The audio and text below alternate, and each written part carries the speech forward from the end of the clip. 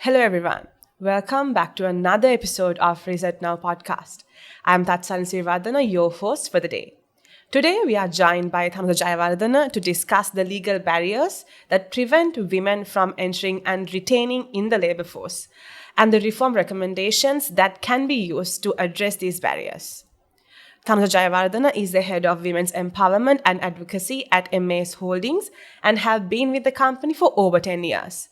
She is an attorney at law and holds a bachelor's degree in English from the University of Colombo. Thanuja, it's a pleasure to have you here with us today. To start off our discussion today, so if I put the context straight, so Sri Lanka is facing its worst economic crisis ever, and this is something we haven't experienced before. On the other hand, if we take a look at the Sri Lanka's labor force, we have a trend of aging population, while the skilled labor is migrating. At the same time, we have a population of mainly females consisting of 52%. But these numbers doesn't show in the labor force participation. So given this context, how important is it to get the women into the labor force? Thathsarani, thank you for having me. I'm also really impressed by the work you are doing in this space because, as you said, we are working on coming out of probably the worst economic crisis we've had. And I feel like this is the time to really correct a lot of things and put certain systems and structures in place that we didn't have before. So this whole conversation of needing more women in the labor force, we've been having for the last, I would say, 10 years.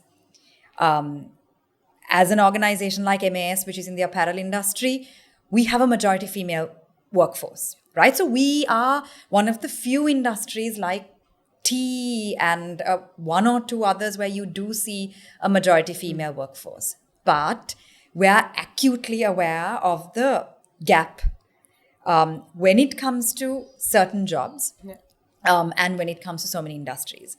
So having more women in the workforce, I think it's a no-brainer. We need it for economic growth. For the longest time, so MAS, for example, has a lot of focused intervention and a lot of work looking at increasing participation in certain job roles at a certain work level. So for example, when we look at what we call the office worker or people coming into the executive and above cadre in our industry, and then management and leadership, there's a gap. We're an industry which has majority women, but when you look at management and leadership, it swaps, like in every other industry.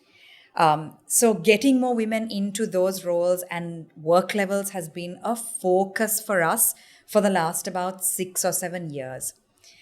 And when we talk about that, sometimes it used to, I don't think anymore, but it used to be a conversation about doing the right thing, which I think it is, because like you said, 52% of the population in Sri Lanka is female. So it is about having voice, it is about having agency, representation at all levels, right? Because otherwise all your solutions, all your decisions are being made by one type of person. So it is about doing the right thing, but it is also about business, and it is about the economy, and it is about the fact that we need it because you need that skill and you need that talent. Otherwise, you're just picking your workforce from the part of the population that can work in a certain way.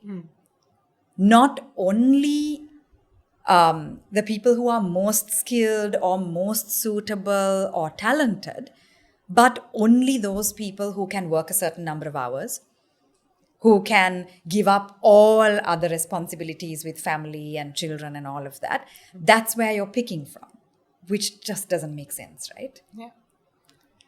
I agree 100% with you. Since you have done a lot of work regarding labor laws in Sri Lanka, do you think Sri Lanka's labor laws are gender discriminatory? And I think since you are coming from more of a practical sense of view, since you are representing the corporate sector, how does this apply? So the labor laws, there are as you know, and as your report shows also, there are so many different aspects of the labor law which is discriminatory. Unfortunately, I think a lot of that comes from a protectionist angle, from a time when it was seen as necessary to protect women, to make sure you give them enough time with their families, you make sure they're safe. Unfortunately, that protectionism comes from a mindset of you protect women by not allowing them to come out of the house. It's that same idea of not letting your girl children go out at night or step out of the house. You know that famous saying in Sri Lanka, the sister doesn't even get sent to the shop to buy bread. Yeah. So you're coming from this mindset of the way to protect anyone is by restricting that person rather than making the environment safe, right? So we're not thinking of making our roads safe. We're not thinking of making our transport safe. We're rather saying women stay at home so that you don't get attacked or assaulted, which obviously is not the right approach. The other side of that is also this whole idea that women are the ones who are responsible for all the childcare and the home care. So as a result, things like night work, overtime, all of those are restricted for women. Again, coming from that patriarchal framework of, because the mother has to look after the family and the children, let's not give her overtime or night work. So you're trying to protect that idea of the family unit. And I think it comes from a certain kind of cultural, social, what we call or assume to be a cultural need. But unfortunately, again, taking away the choice for women. Of course, women bear children, so you have to be mindful of it. I don't agree with that idea that, we are gender blind. You can't be gender blind. You have to recognize that women have children. They are the ones who biologically will have to reproduce. So you have to find solutions to support women through those life cycle needs, but you have to also give them the choice. So I think the requirement from the law is not to restrict, but to open up in a way where you're supporting men and women. So yeah, I do think our labor laws are discriminatory, but coming from that protectionist angle. Yeah, true.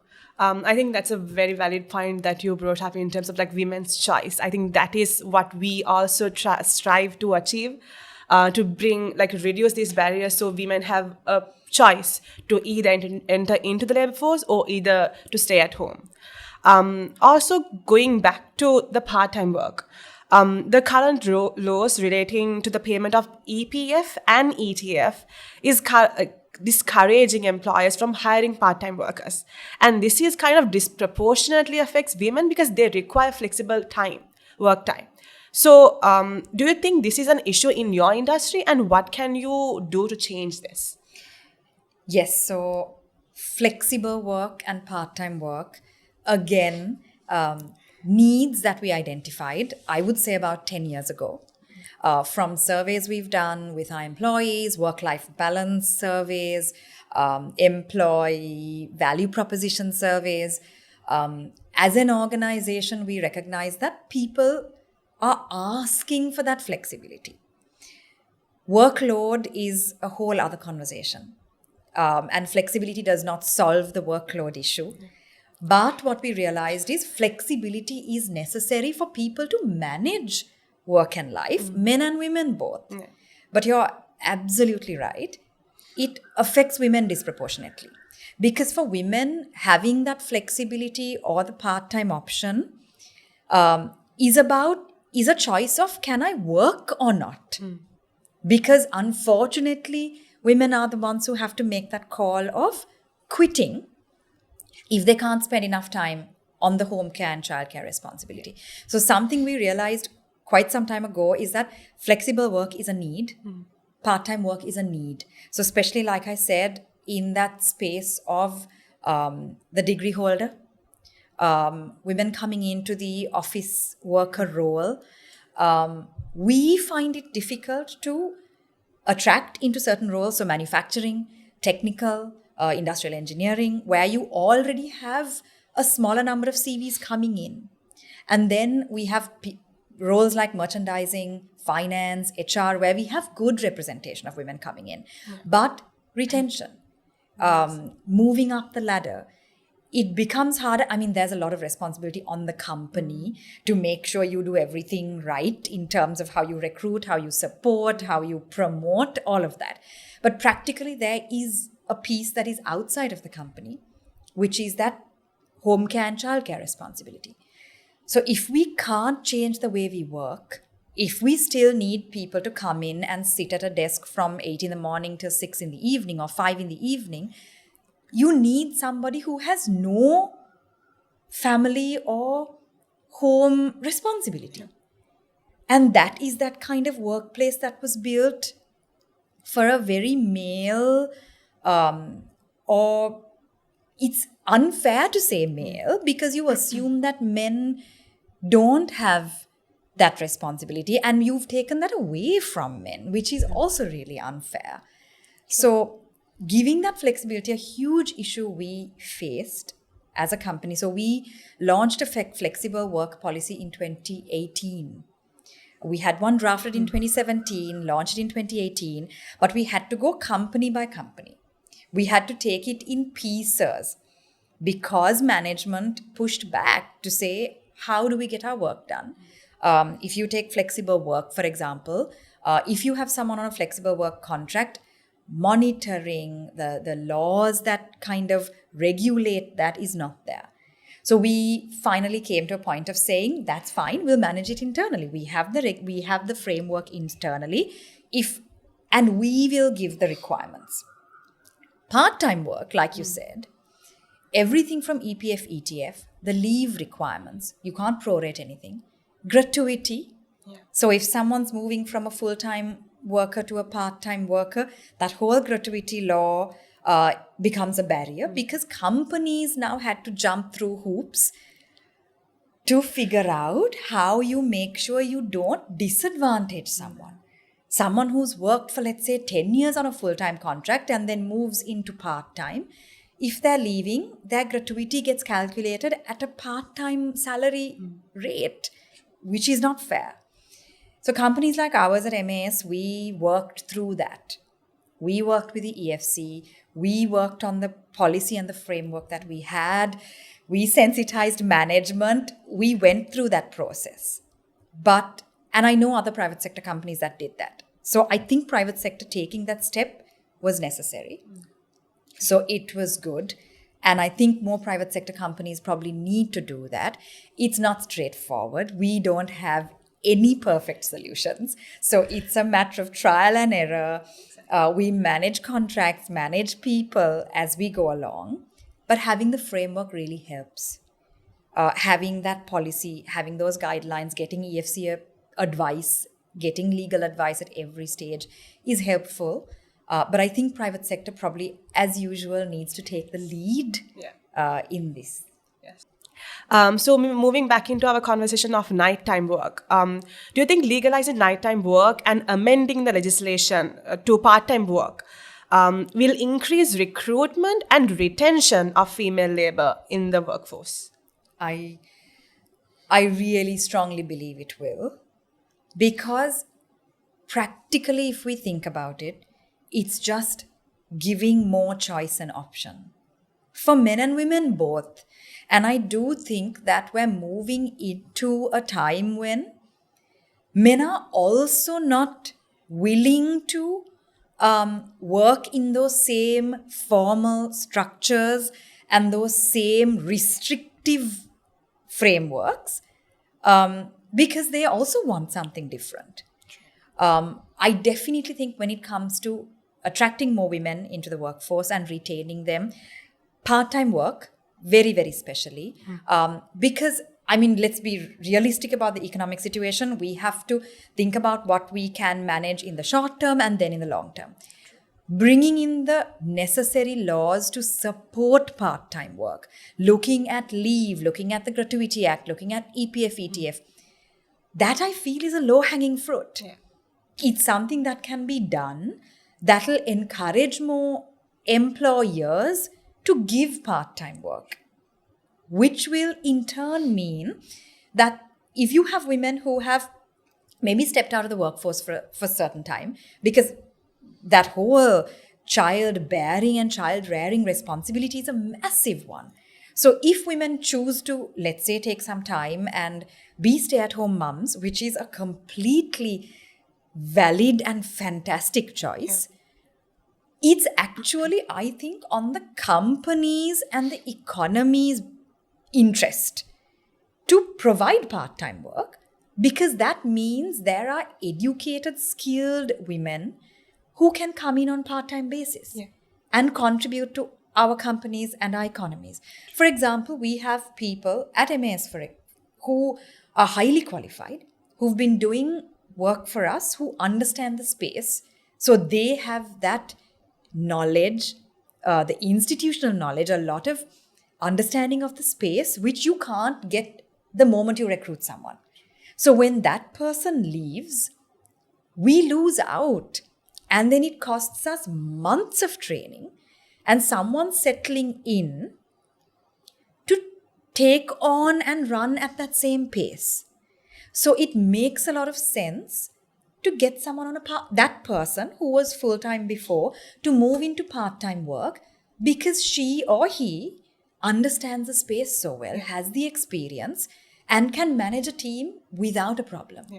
They'll have to do less work. We'll have to redistribute work, maybe get someone in to handle a certain part of the work. But having that skill and knowledge within the organization is hugely valuable.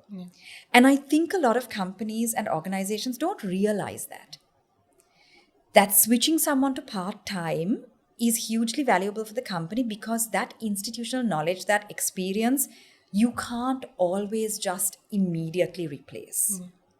So part-time work, if the law does come in, I think it makes a lot of sense for business, because it means women can be connected in a value-adding way, which is something we're losing. That whole talent loss we're having right now. Nighttime work, again, I think opens up a whole lot of avenues, even in our industry. And of course, the IT, BPO sector, there are so many jobs that suddenly become available, because if you as a woman want to take your morning for certain other work, your home care, your childcare, and if you choose to work in the night, well, then you should have that option, right? And you should have the option of economic empowerment. It's important. And you should be able to flex in a way that makes sense based on your life requirements. So I definitely think it makes a difference. And it makes a difference from a business sense. True. And also talk about nighttime work, it's like, even though it's not in the act, even though it's not legalized, still women are working nighttime. So I think it's a high time this law is being implemented as well. Yeah, because in so many industries, women work very late and it's not regulated or monitored. Whereas in certain industries where you can actually earn in a regulated way, there is a restriction. So employers are also discouraged, right? For example, in our industry, you can get an exception. You have to go to Labour Commissioner and get approval to get nighttime work approved for certain, like the textile industry. But it's just yet another barrier for employers. And you feel like, you might as well just hire men to do that job. Also talking about the Sri Lankan labor law statutes about overtime work. I think it mentions that per day, both men and women can work 9 hours. But for men, overtime work can be done for 12 hours per week. But that same kind of flexibility is not there for women. Do you think this affects women's choice to be employed? Of course it does. Yeah, it does.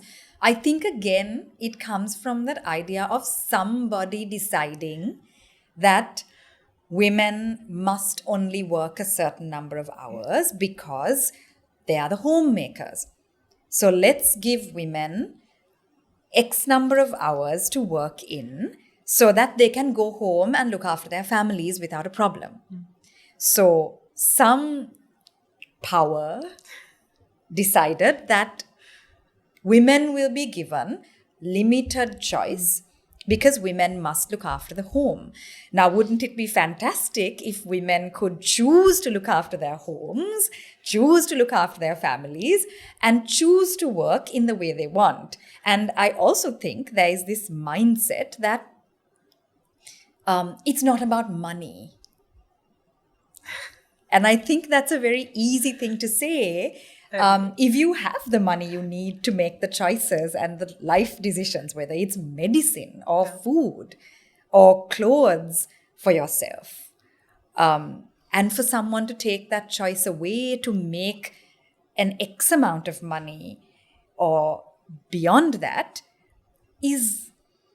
it seems obviously discriminatory, but it's so couched in culture and social norms and all of that people don't realize that it's discriminatory sometimes, I think. True.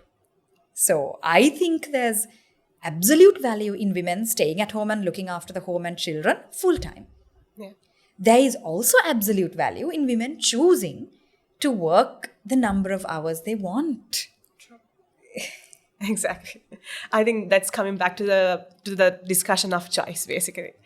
Also, I think providing a safe work environment in the workplace is a key factor to retain and also to attract a very skilled labor, like female labor force into the market, right? So legislation on sexual harassment in employment. So there's no statutes has been dedicated in addressing sexual harassment at workplace. How does this affect getting women to join the labor force in Sri Lanka? So my view is that if workplaces are safer, and when I say safer, I mean where you're comfortable, where you're not made to feel like you have to put up with the gross comments, the inappropriate jokes. Because when we say safety, I think we've come some way to say workplaces have to be safe. You can't have situations where you might get physically harmed or hurt. Those things, I think, in Sri Lanka to a large extent are a given. Yeah. We still do have issues, but much less than what we may have had before and in certain other parts of the region. But it's not only about physical safety, right? It's about emotional well-being. It's about a lot of other more subtle ways of being demeaned. So we talk about sexual harassment, sexual bribery, all of that, which can be not as obvious. You might not have someone obviously coming up to you and saying, oh, have a relationship with me or you will lose your job. It doesn't happen like that anymore. But there's a lot of subtle sexual bribery that happens. And companies and the legislation, unfortunately, does not provide for that specifically in the labor law. Yeah. I do think, though, that sexual harassment in the workplace is dealt with in a sense. When we talk about sexual harassment, verbal, physical harassment, and also in the penal code, where we're talking about if you are harassed by anyone in power. So that is specifically set out in the law in Sri Lanka. Unfortunately, that's a criminal provision. Yeah. So when you're a company and you have an incident of harassment, and if you are expected to then go down the path of taking criminal action, that's a whole other story. Nobody wants to take that path. So we need to have provisions in the labor law which refer to sexual harassment in the workplace. I know there's an argument that, yes, it is already covered, so what's the problem? But it's a completely different thing when it's criminal liability. So C-190 is something that we're talking about. We're looking at, I know the convention is, being discussed and it is ongoing. Yeah. Companies also, the thing is, need to have a lot of frameworks in place. So part of my work, I wear two hats at MAS. The gender equality work is one role, and then we also have what we call the MAS DNA. The MAS DNA is our code of conduct, which looks at everything from non-discrimination to anti-harassment and conflict of interest and all of that. What I've learned is that there is so much work that needs to be done to have strong enough frameworks in place. MAS around 2017 brought a lot of the policies we already had for the last 30 years onto one platform. So our different companies and SBUs had different policies. What we did was bring everything onto one platform and standardize the way grievances are handled also, and how consequences are managed. And we went on this drive of educating and really driving a certain kind of mindset. Because I don't think anyone really, majority of people come into work expecting to be nasty or evil. True. But unless you create that acute awareness that your comments, your jokes, the way you look at someone, the way you behave is making someone uncomfortable, and unless you really educate and specifically talk about these issues, I think some of it goes over people's heads. Because socially, culturally, we may have behaved differently over the last 20 years. So we as an organization realize that we have to promote the values of the company. So mutual respect, honesty and integrity, drive it from there, and then connect it to very clear policies about behavior and take action. Yeah. Because safety in the workplace means that you get to come to work and not feel like you're really uncomfortable in very subtle ways. Because you already have enough work, you already have enough pressure, you should not have to deal with that added burden of someone making comments and jokes and inappropriate statements. There's a lot of work that has to be done in that space. And if the law is brought into the labor law and not only left in the criminal space, it'll make all of our lives so much easier. Because even if companies want to take action, want to drive the right behavior, not having the law solidly in place makes it harder for the companies. True. So since we talked about a lot of legal aspects of labor laws, I would like to dive our conversation into more towards the care work. So the gender gap in unpaid care work is a key role or a key factor as into why women doesn't come into the labor force. Do you think providing and mandating paid paternal leave will contribute positively for women to participate in the labor force? I think it's an important piece of the legislation that will change mindset. It's a long-term need. The moment you introduce paternity leave, it's not like suddenly the balance is going to shift and women and men are going to take on equal responsibility. It's not like that. But I think introducing paternity leave, introducing parental leave so that men and women can both equally participate in that childcare, home care responsibility changes the mindset, which says childcare is the woman's domain. So the law bringing that in is probably the strongest message for everyone in our communities to understand that, oh, okay, fathers are given leave when a child is born. So that means fathers are expected to participate. It should seem obvious. Fathers are not expected to just help out. but somehow it's not how we understand it. The law, I think, will set that tone. Practically, are we able to bring that into effect right now? I don't know. But I do think private sector, again, has a huge responsibility and a huge opportunity because they have the influence. So MAS introduced paternity leave in 2021, a very small number of days, of course, but even that we felt is about the mindset change. It's about the company saying, we want you to participate in your child's care. You have a new baby, take the days off. So we actively encourage people to take the days off. We follow up with men when we know they've had a baby to say, are you taking your paternity leave?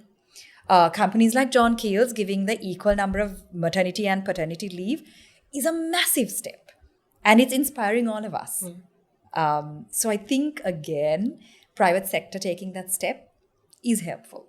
Yes, I agree. And I think one of the discussion points that were brought up when we were discussing about maternal and paternal leave is like both parental leave is for the baby, not for the parents. I think that's kind of the mindset change that we have all been talking about. I think that is something we should all work together to like change. Yeah, it also means that employers stop looking at women as the only people who need to take this time off when they have a child. Now, if men and women both take time off when there's a child, that discrimination step gets removed. Exactly. Also, do you think affordable and reliable childcare will get women to come into the labor force more? That's probably one of the most important things we need. When we did a lot of study into what is it that is preventing women from coming into the workforce and staying in the workforce. Like I said, in certain job roles, we are able to attract women, but retention becomes difficult. I will always say this, companies have a huge responsibility to look at how they hire, how they are not biased, how they promote, and all of that. But to date, the biggest challenge that women face coming into the workforce and staying in the workforce is childcare. And I think a lot of the reports, whether it is McKinsey, whether it's IFC, all of them show that women who have children under the age of 5 are probably the most vulnerable to leave the workforce. So that is the biggest factor which we have to address if we genuinely want the skill and the talent of women to come into the workforce. Affordable and, like you said, suitable childcare, safe childcare of a good quality. Without that, it's very difficult to say women should come into the workforce. There's this idea that jobs are open in countries like Sri Lanka. We don't block women. We educate women. Education is open. We have more female graduates coming out of our universities. So why are women not doing jobs? Is it because they're lazy? Is it because they're taking the easy way out? Of course not. Sure. It's silly for us to say, oh, women should come and work if we're not providing the services that are necessary. So I think childcare is probably the one biggest infrastructure need from a state point of view and a private sector point of view. So as a company, MAS currently has 21 childcare facilities, internal or collaborating externally. Some within our factories, some where we work with an external provider and we collaborate. It's not enough though, because we still don't have childcare at every one of our locations. We have a huge gap when it comes to our central offices, especially for that office worker cadre, to find suitable solutions.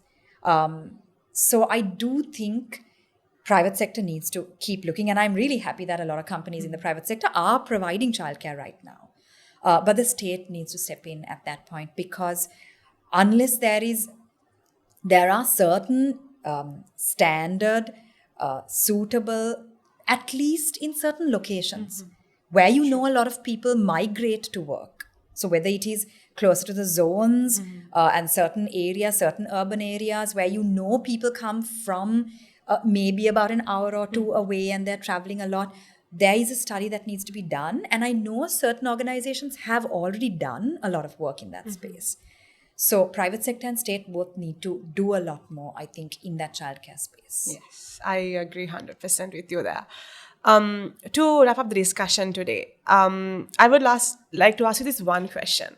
So imagine if you were able to, if you were given the opportunity to do one labor reform right now, today, what would it be and why?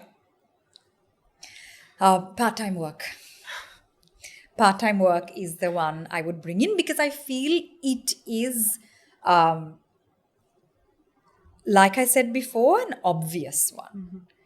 It's a framework that can be given where companies can take it on. So I'm not saying mandate things. I'm saying make the law supportive so that employers don't feel like I'm giving part-time work and I can't prorate leave and I have to jump through various hoops to give, make sure the gratuity works. Just take those things out, those barriers out. It seems really obvious. So part-time work. Thank you, Thanuja, for joining with us today. And thank you, everyone, listening and watching the Reset Now podcast. See you again in the next episode. You can listen to this podcast on Anchor, Stitcher, Apple Podcasts, Google Podcasts, and Spotify. If you enjoyed this episode, remember to like, comment, and subscribe. And remember to follow us on all our social media platforms for more exciting content. See you in the next episode.